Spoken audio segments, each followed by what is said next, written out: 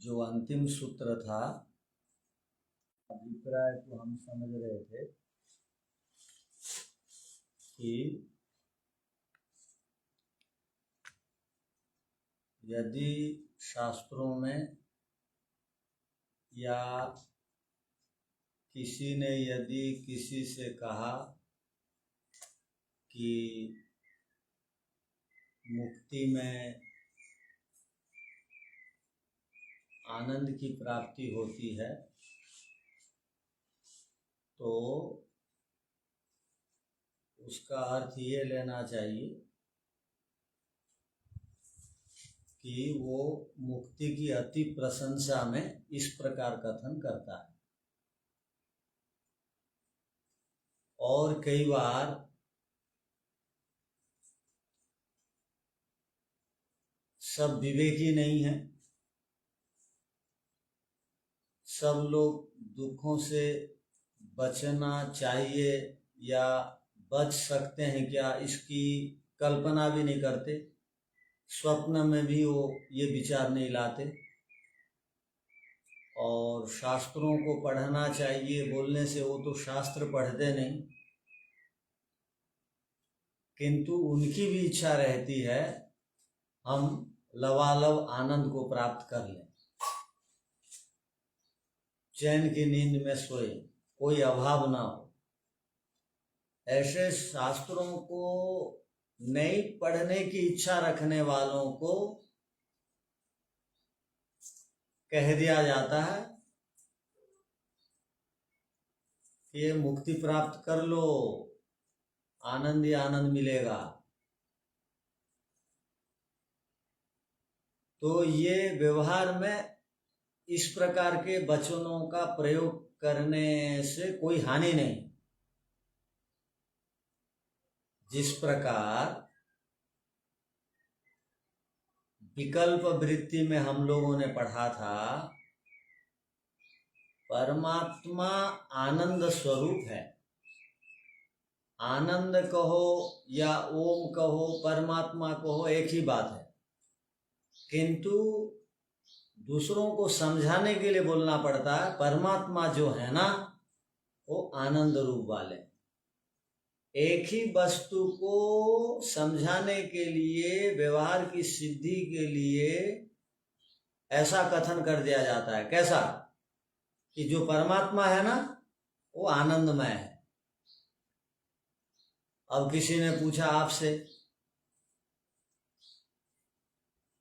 ये गर्मी किसकी है, तो आप क्या बोलते हैं?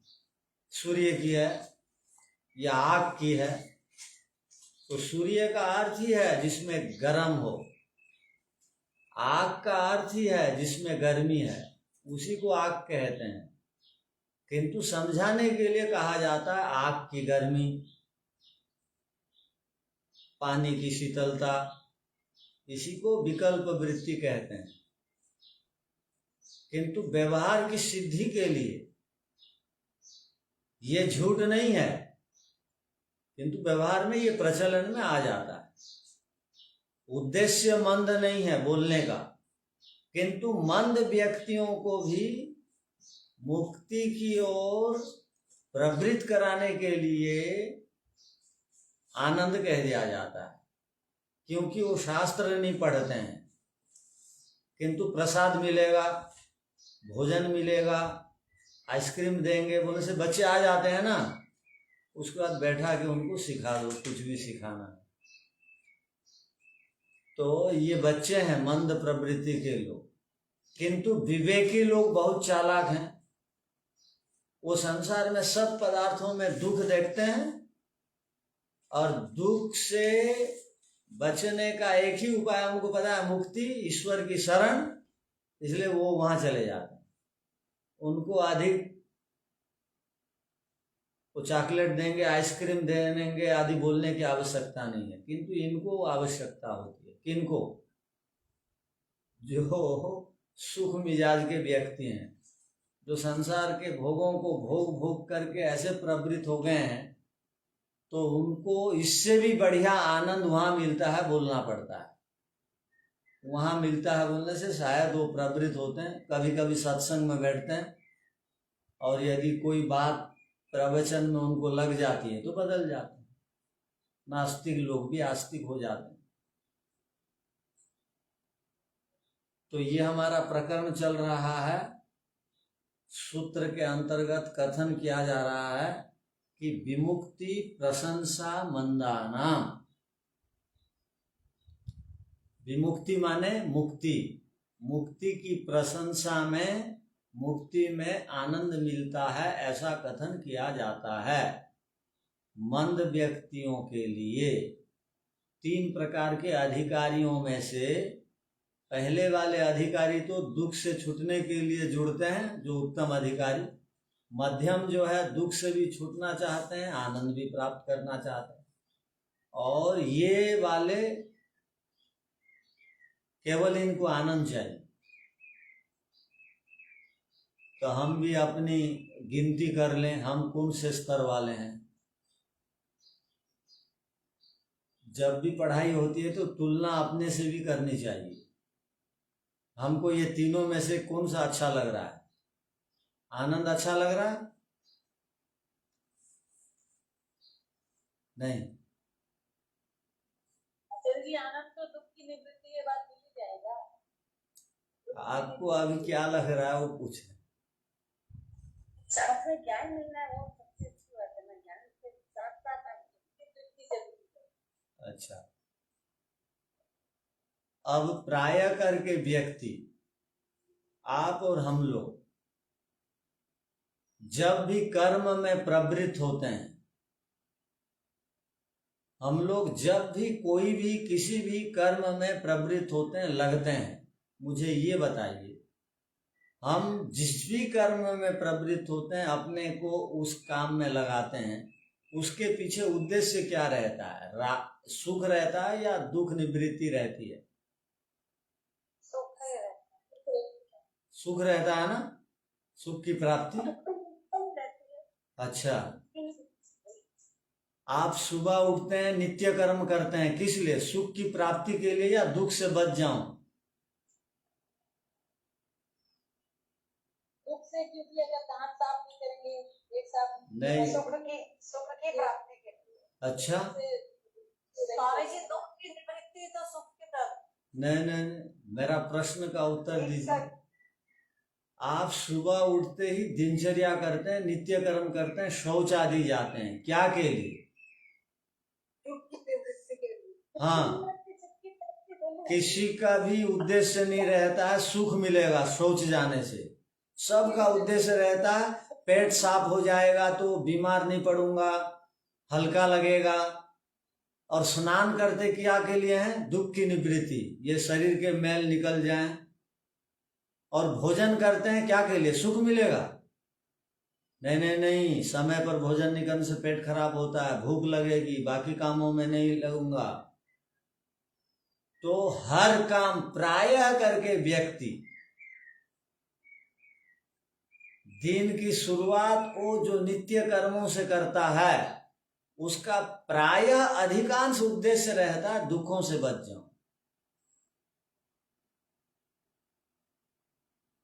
आप लोग प्रायः करके दुखों से बचने के लिए ही काम करते हैं, अर्थात दुख से सबका द्वेष है और सुख से राग कम है।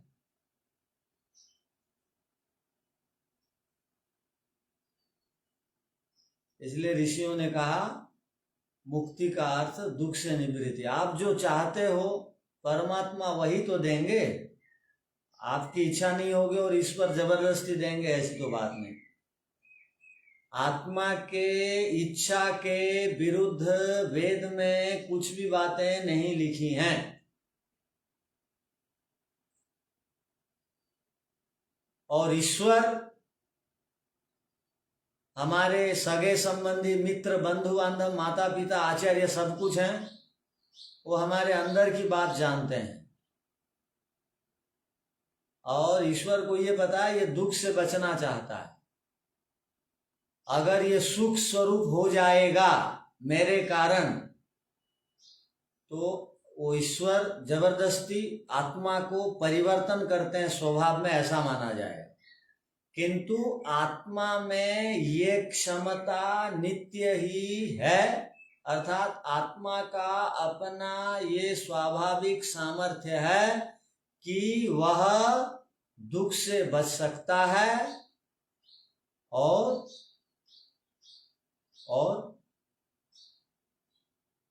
आनंद को भोग भी सकता है। प्रयत्न है आत्मा का। हाँ, यह आत्मा का अपना स्वभाव है, ईश्वर के द्वारा ये नहीं दिया गया है, पहले से ही ऐसे आत्मा इस प्रकार ढांचा बना हुआ है आत्मा, उसमें कोई परिवर्तन नहीं होता है, ना ईश्वर भी नहीं कर सकते हैं। ये तो सभी आत्माओं का सामर्थ्य है कि वो प्रयत्न करेगा तो दुख से बच जाएगा। तो इसलिए दुख से बचाने के लिए ही विभिन्न उपायों का ऋषियों ने या वेद में विधान है। तो ये सूत्र हो गया था, अब लिख लीजिए अर्थ इसका।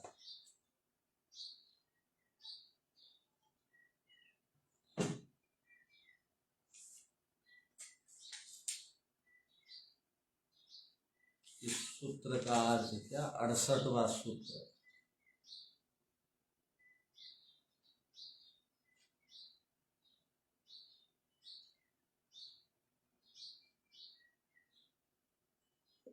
कहीं भी शास्त्र में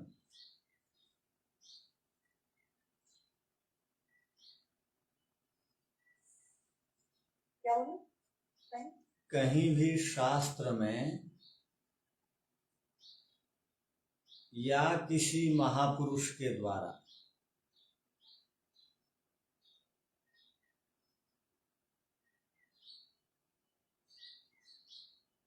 यह कथन किया जाता है कि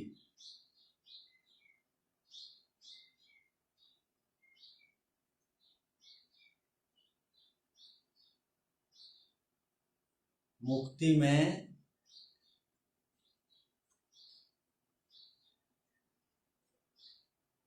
जीवात्मा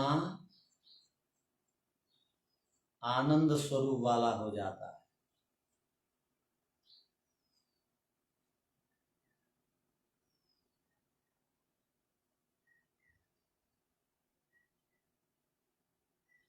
या मुक्ति का अर्थ सुख और आनंद विशेष है, या मुक्ति का अर्थ सुख या आनंद विशेष है।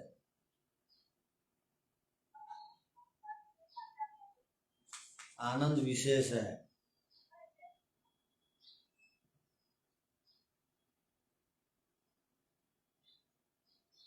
तब उसका अर्थ क्या लेना चाहिए?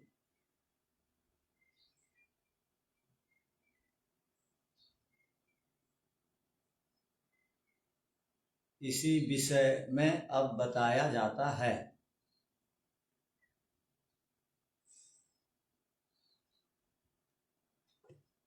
इसी विषय में अब बताया जाता है।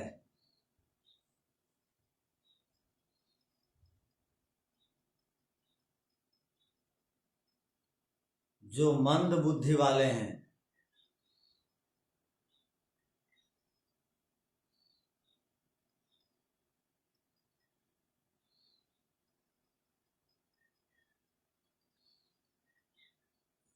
उनको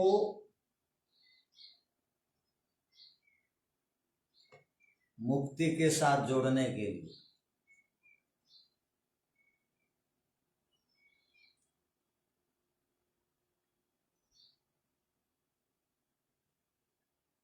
मुक्ति की प्रशंसा के लिए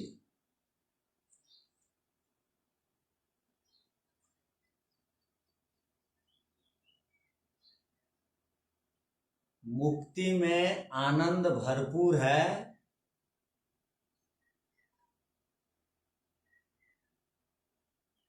या लबालब है, ऐसा कह दिया जाता है।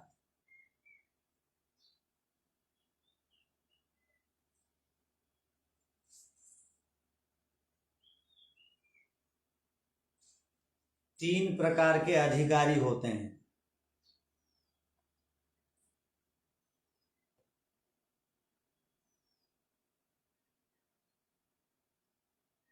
तीन प्रकार के अधिकारी होते हैं।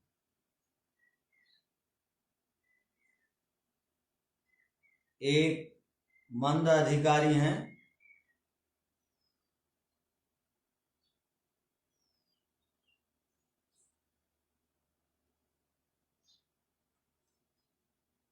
वे मुक्ति में प्रवृत्त होते हैं, आनंद मिलेगा इस उद्देश्य से।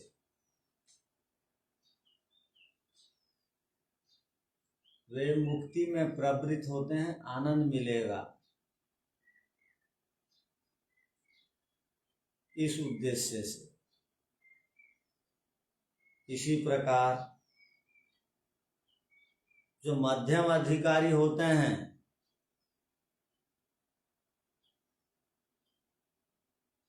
वे आनंद की प्राप्ति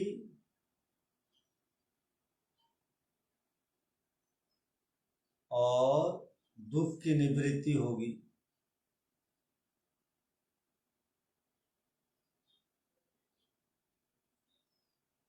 इस विचार से प्रवृत्त होते हैं मुक्ति में।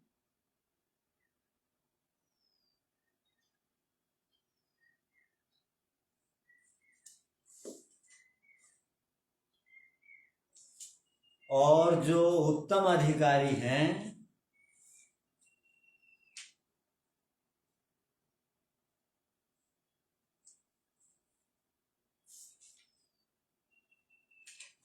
जिनको विवेकी कहा जाता है,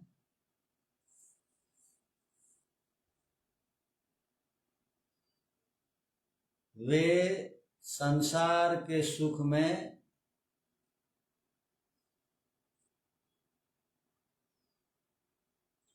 दुख देखते हैं,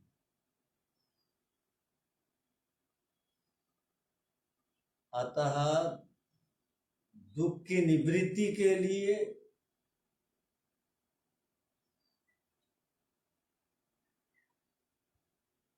मुक्ति में प्रवृत्त होते हैं।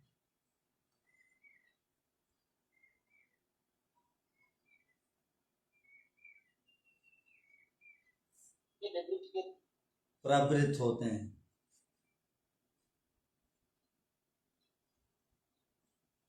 मुक्ति का अर्थ है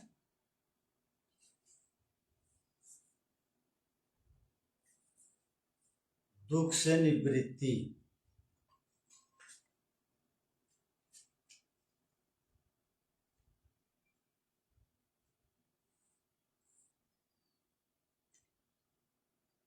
मुक्ति में जीवात्मा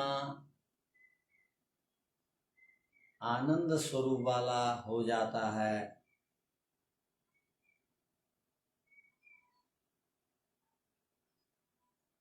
ऐसा जो कथन है,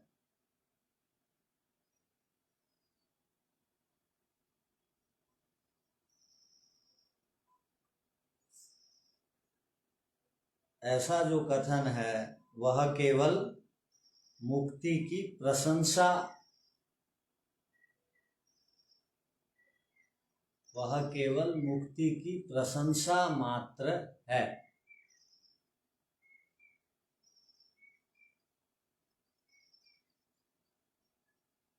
क्योंकि जो मंद व्यक्ति हैं,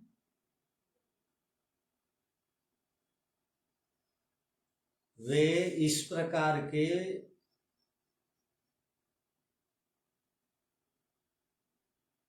कथनों से प्रभावित होते हैं।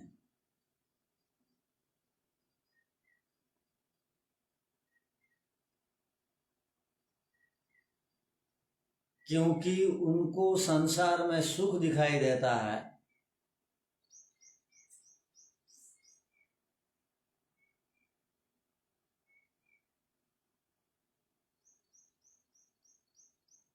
और उसी सुख के पीछे वो पड़े रहते हैं।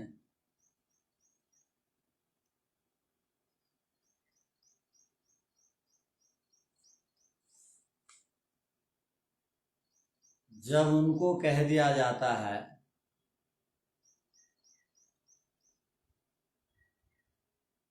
कि मुक्ति में भी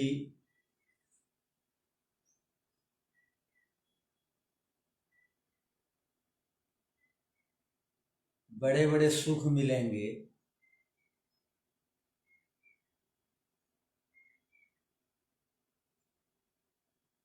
उनको सुख पसंद होने से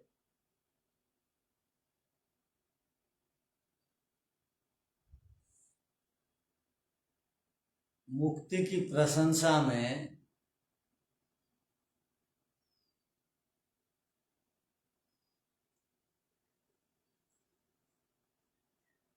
मुक्ति में जाने वाले सुख स्वरूप वाले हो जाते हैं, कहा जाता है। उनकी प्रशंसा में, उसकी प्रशंसा में मुक्ति में जाने वाले सुख स्वरूप वाले हो जाते हैं, कह दिया जाता है।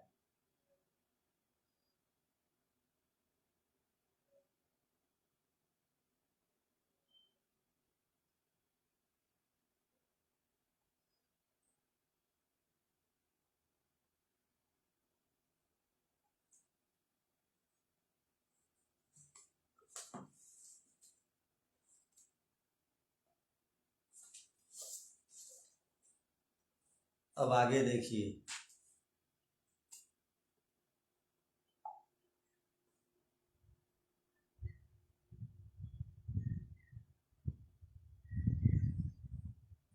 उनहत्तरवां सूत्र।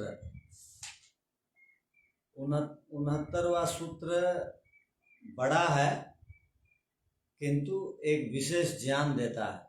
वो बड़ा सूत्र क्या है देखिए, न व्यापकत्वं मनसः करणत्वादिन्द्रियत्वाद् वा वास्यादिवच्च क्षुरादिवत्। यदि इसको अलग अलग पढ़ेंगे तो कैसा होगा, न व्यापकत्वं मनसः करणत्वात् इंद्रियत्वात् वा वास्यादिवत् चक्षुरादिवत्। वास्यादिवत् चक्षुरादिवत्।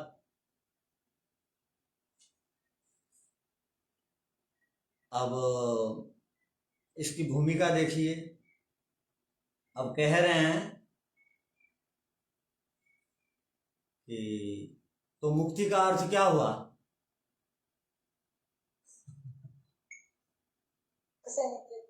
हाँ, सुख की प्राप्ति नहीं ना, दुख निवृत्ति। सुख की प्राप्ति बोलेंगे तो आप क्या हो जाएंगे, ध्यान रखिए। तो दुख निवृत्ति मुक्ति ही, दुख की निवृत्ति का नाम मुक्ति है। भूमिका देखिए, 119वां पृष्ठ संख्या सबसे नीचे की पंक्तियों को देखिए। दुख निवृत्ति मुक्ति ही, दुख की निवृत्ति को मुक्ति कहते हैं।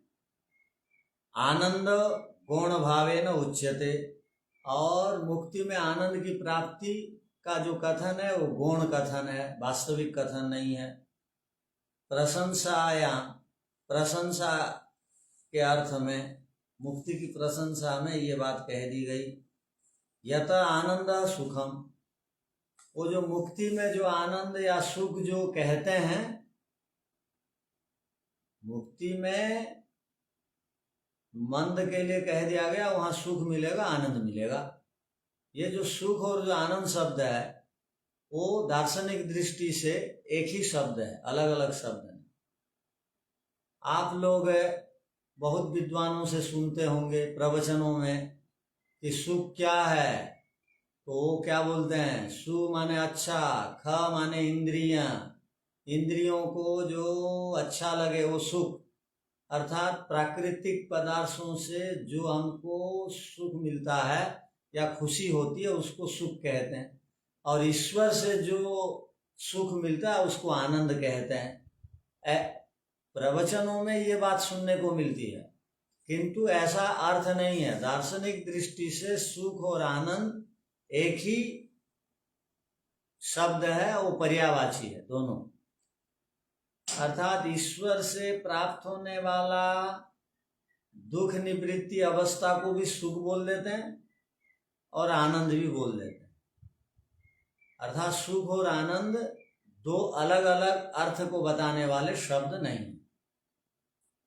किंतु यहाँ क्या कहा, यतः जिससे प्रशंसा में कह दिया गया आनंद और सुख। पुनः सुख दुख अनुवृत्ति मनसा भवति, सुख दुख की अनुभूति मन से है। आपको पता है मन यदि ठीक है तो सुख की अनुभूति होती है, और मन यदि ठीक नहीं है तो पार्टी में जाने से भी व्यक्ति दुखी रहता है। तो सुख दुख का आधार क्या है, मन है। मनस न व्यापकत्व, किंतु मन व्यापक नहीं है, सर्वव्यापक नहीं है मन। यन मुक्तो अपि तेन आनंद अनुभूति स्यात्,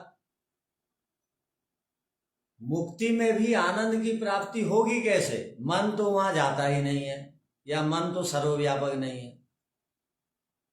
हम लोग जो बोलते हैं मुक्ति में आनंद की प्राप्ति होती है, वहां तो मन है ही नहीं, तो किससे आनंद मिलेगा। मन तो सर्वव्यापक नहीं है, तो आनंद मिलेगा कहाँ मुक्ति में। ये कह रहे हैं आनंद तब मिलता ना, सुख दुख की तो अनुभूति मन से होती है, तो वहां मन है ही नहीं मुक्ति में। मन नहीं है ना मुक्ति में। मन नहीं है मुक्ति में, तो जाता नहीं, साथ इंद्रियां रहती नहीं, मन तो एक इंद्रिय है, नहीं, मन नहीं रहता, आत्मा के साथ जाता नहीं है। नहीं, मुक्ति की अवस्था में तो नहीं जाता। कहाँ रह जाता है, वो तो स्थूल शरीर जैसे हो जाता है, कारण में विलीन, वैसे सूक्ष्म शरीर भी कारण में लय हो जाता है। ठीक है। आप लोग सब लोग उत्तर जानते हैं, एक साथ बोलते हैं, तो किसी की बात नहीं समझ में आती। तो आप में से कोई एक बोलते रहेगा तो दूसरे नहीं बोलेंगे, तो एक की बात पूरी तरह समझ में आएगी।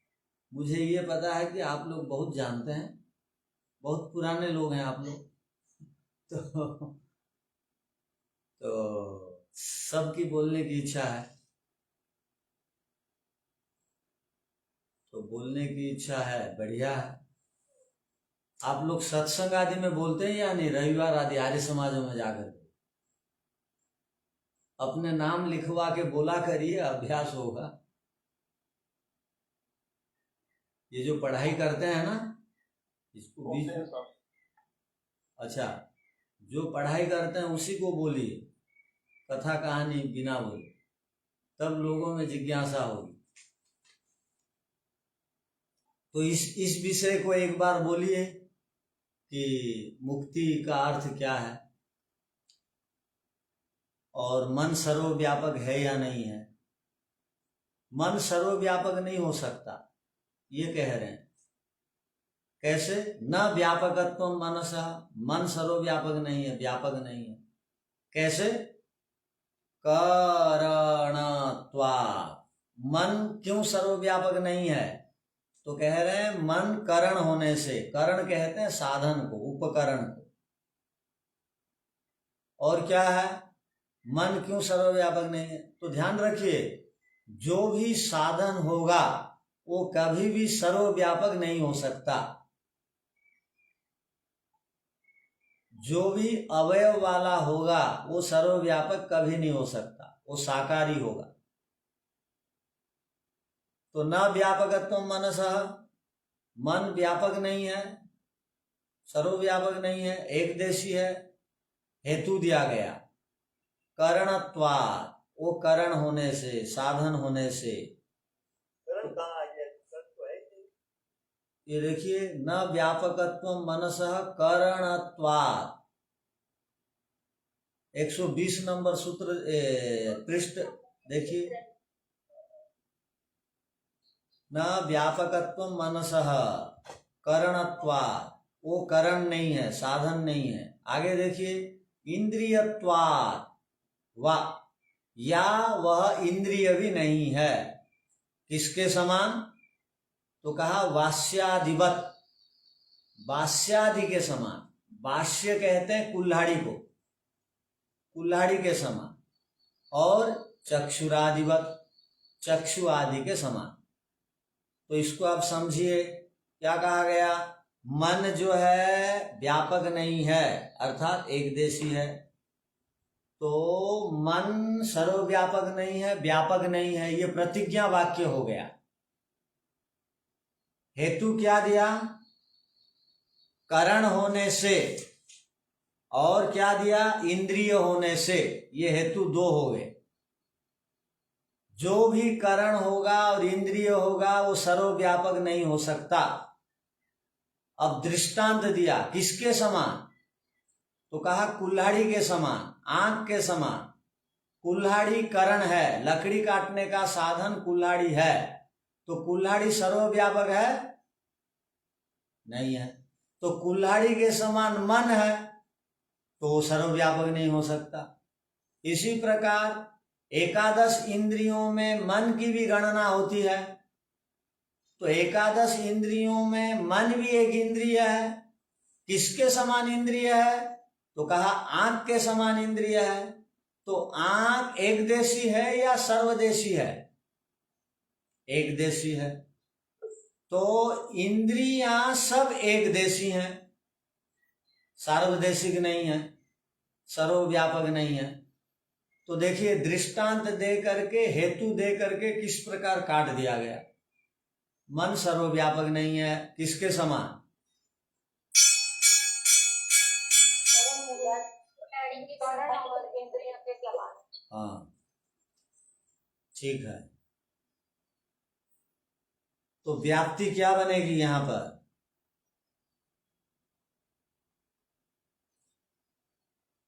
जो भी करण होगा वो सर्वव्यापक नहीं हो सकता। हाँ, बिल्कुल ठीक है।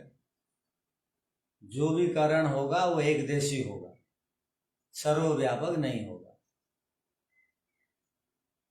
तो आप भूल गए ना व्याप्ति आदि को? दोबारा प्रतिज्ञा हेतु याद है आचार्य जी? तो याद है, तो बोलते क्यों नहीं है? तो समय पर तो एक साथ बोलते हैं ना, इसके लिए फिर मैं शामिल थी। तो ये पुस्तकस्ता तुया विद्या पर हस्ते गतम है। हाँ, क्या इसका अर्थ है? पुस्तक की विद्या पुस्तक में ही रहेगी। और दूसरे के हाथ में दिया गया धन काम आने पर न वो विद्या काम देती है न। अच्छा, तो इसीलिए लोग धन दान नहीं देते हैं, वो दूसरों के हाथ में। इसका अर्थ ये नहीं है जो धन को ऋण देता है वो वापस आएगा कि नहीं, कोई गारंटी नहीं। किंतु दान देगा तो वापस मिलता है बढ़ करके, ध्यान रखना। तो और पुस्तक की विद्या पुस्तक में ही रहेगी, तो वो उपदेश के समय याद में नहीं आएगी वो विद्या। तो इसीलिए पुस्तक की विद्या को कहाँ रखने की आवश्यकता है? कंठकूप में और जीभ के अग्र में। और आवश्यकता होते ही उसको प्रयोग करने की विधा भी आना चाहिए। तो यहाँ पर कहा गया कि मन सर्वव्यापक नहीं है, वो करण होने से, वो इंद्रिय होने से, कुल्हाड़ी के समान, चक्षु आदि के समान। अब सूत्र इतना बड़ा दिख रहा था, किंतु अर्थ इतना सरल है कि एक ही बार में सूत्र को हम मुट्ठी में ले गए। या कोई शब्द ऐसा है जो नहीं समझे आप? अब बिना देखे इसका अर्थ कौन बता देगा? ये सूत्र का अर्थ आप में से कोई बताने वाले हैं? बिना देखे बोल रहे हैं। मन सर्वव्यापक। हाँ, बोल दीजिए आप। मन एकदेशी है, सर्वव्यापक नहीं है, कुल्हाड़ी के समान, साधन की दृष्टि से, करण की दृष्टि से, और इंद्रियों के समान, मतलब आँख कान जैसा। हाँ, ठीक है। करण के साथ बाष्य को जोड़ दीजिए, इंद्रिय के साथ चक्षु को जोड़ दीजिए। हाँ, ये जोड़ करके बोल दीजिए। उत्तर बढ़िया था इनका। तो न व्यापकत्वम मनसः। अब देखिए अर्थ देखिए, भाष्य, मनसः व्यापकत्वम न, मनसो विभुत्वम नास्ति। व्यापक को एक और एक शब्द से कहा जाता है विभु। मन विभु नहीं है, व्यापक नहीं है।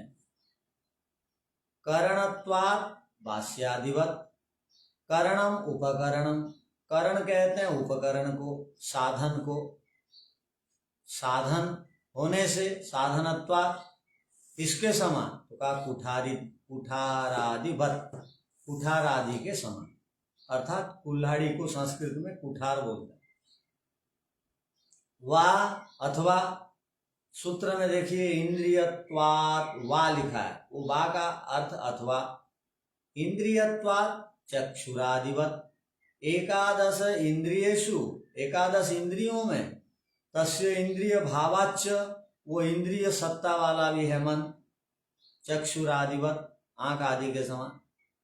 यथेव ही, जिस प्रकार ही, कुठार आदिनी, कुठार आदि, कुल्हाड़ी आदि, साधनानि, साधन हैं, चक्षुरादिनी इंद्रियाणि, चक्षुरादि इंद्रियां भी, न व्यापकानि, ये व्यापक नहीं है, सर्वव्यापक नहीं है, शरीर में भी हर जगह तो ये नहीं है। सर्वत्र स्वव्यापार कराणि, सर्वत्र ही अपने व्यापार को फैला भी नहीं सकते हैं। अर्थात इसका अर्थ क्या हुआ, आंख से हम चारों ओर देख नहीं सकते हैं। अब केवल मैं आपको आगे तरफ मेरे जो हैं उनको मैं देख रहा हूं, पीछे क्या हो रहा है नहीं देख पाऊंगा, अब पीछे मुड़ना पड़ेगा। तो जिस प्रकार अगर आंख सर्वव्यापक होती तो सब तरफ वो देख सकती है, किंतु देख नहीं पाती है। कुल्हाड़ी यदि सर्वव्यापक होती, सब तरफ एक साथ काट सकता था, उठा नहीं काट पाता। तो तथैव मन अपि, उसी प्रकार मन भी है, वो साधन है, किसके समान, कुठार आदि के समान, इंद्रिय के समान, आंख के समान वो इंद्रिय है, इसलिए वो सर्वव्यापक नहीं हो सकता, सर्वव्यापक नहीं हो सकता, ये कहना चाह रहे। अब लिख लीजिए सूत्र का अर्थ है।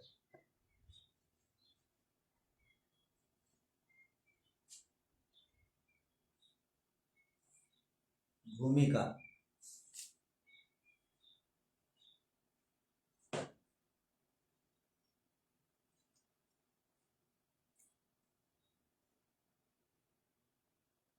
कुठार माने इंद्रिया, कुठार माने कुल्हाड़ी,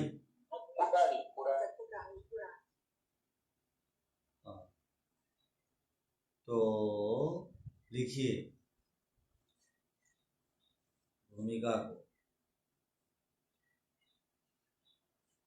तो फिर मुक्ति क्या हुई, प्रश्नवाचक।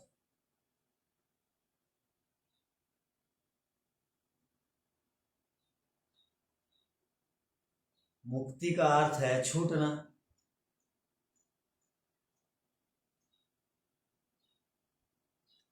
अर्थात दुख से छूटना।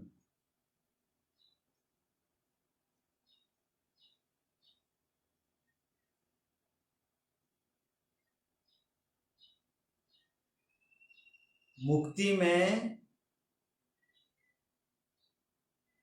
आनंद की प्राप्ति का कथन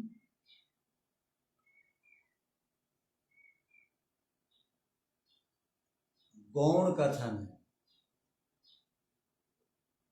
अल्प विराम, अवास्तविक कथन है।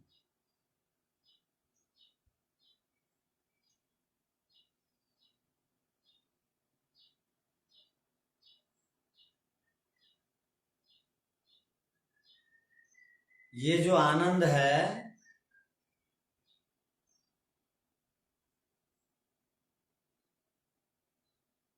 उसी आनंद को सुख शब्द से भी कहा जाता है।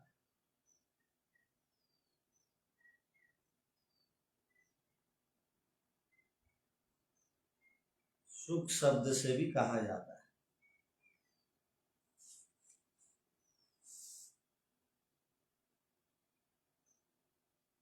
इसी प्रकार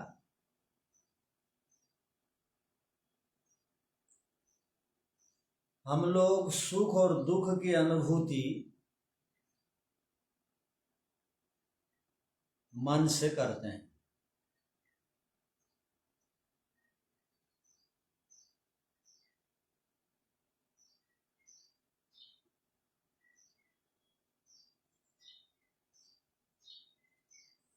और मन मुक्ति में रहता नहीं है।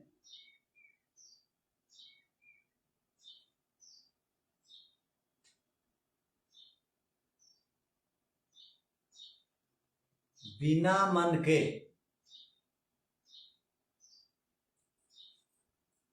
आत्मा मुक्ति में सुख या आनंद का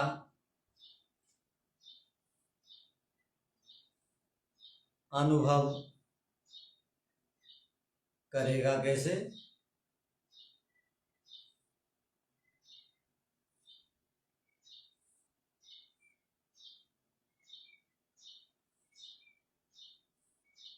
क्योंकि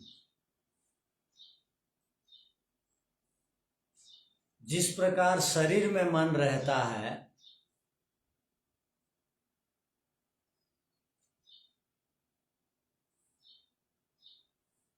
उसी प्रकार मुक्ति में मन नहीं रहता।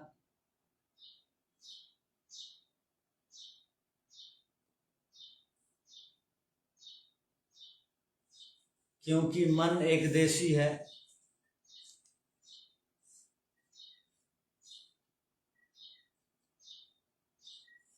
वह सर्वत्र नहीं रह सकता।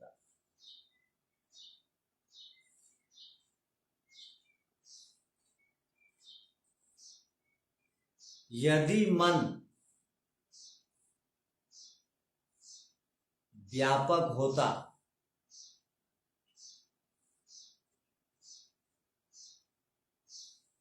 तो मुक्ति में भी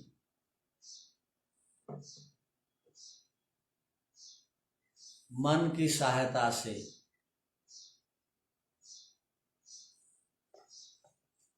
आत्मा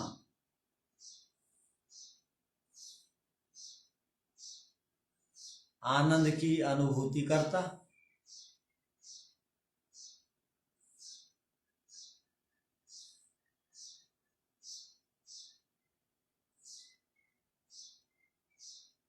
अब 69वां सूत्र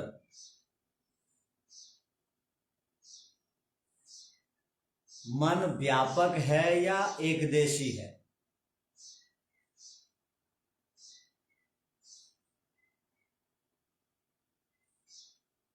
इस पर कहता है।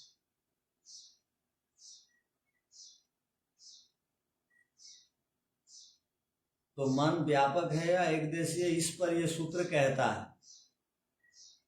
ठीक है, अब लिख लीजिए। मन का व्यापकत्व नहीं है,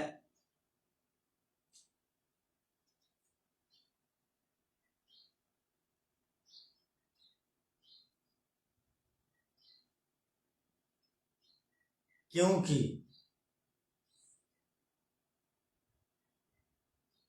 मन एक करण है।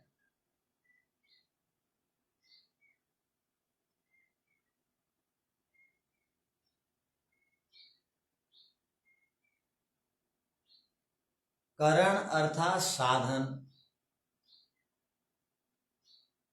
उपकरण को कहते हैं।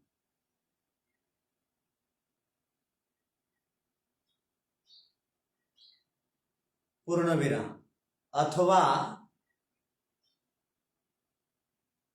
मन के अंदर व्यापकत्व भाव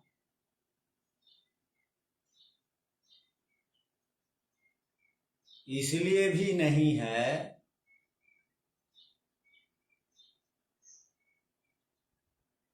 कि मन 11 इंद्रियों में एक इंद्रिय होने से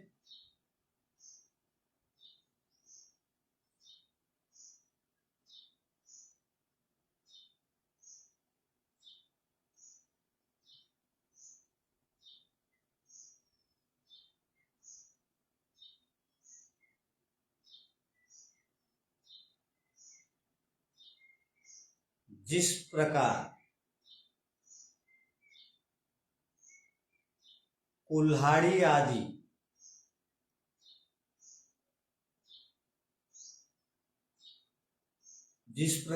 कुल्हाड़ी आदि साधन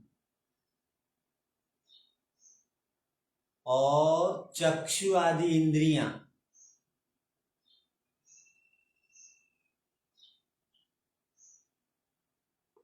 ये एकदेशी हैं, साकार हैं, व्यापक नहीं हैं,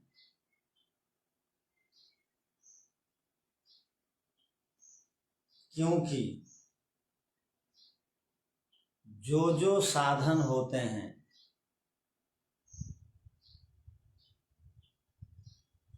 जो साधन होते हैं वे सब के सब एकदेशी होते हैं।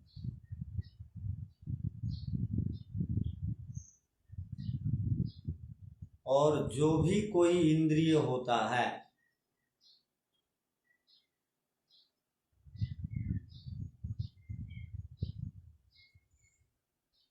वह व्यापक नहीं होता।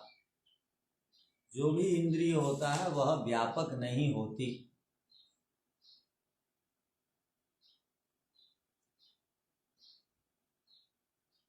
तो मन साधन होने से एकदेशी है और इंद्रिय होने से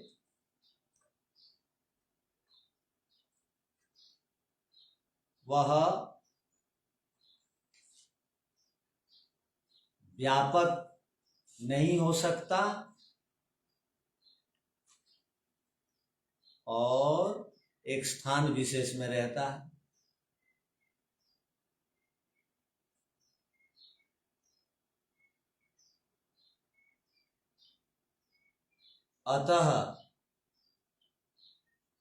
अतः मन को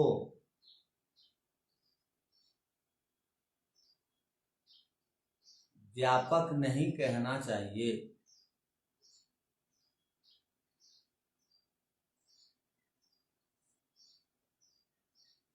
और मुक्ति में मन की सहायता से आनंद की अनुभूति नहीं होती।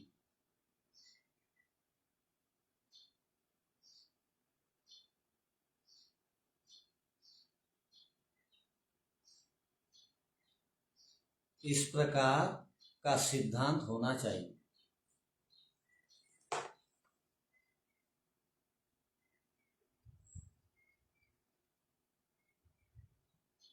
ठीक है।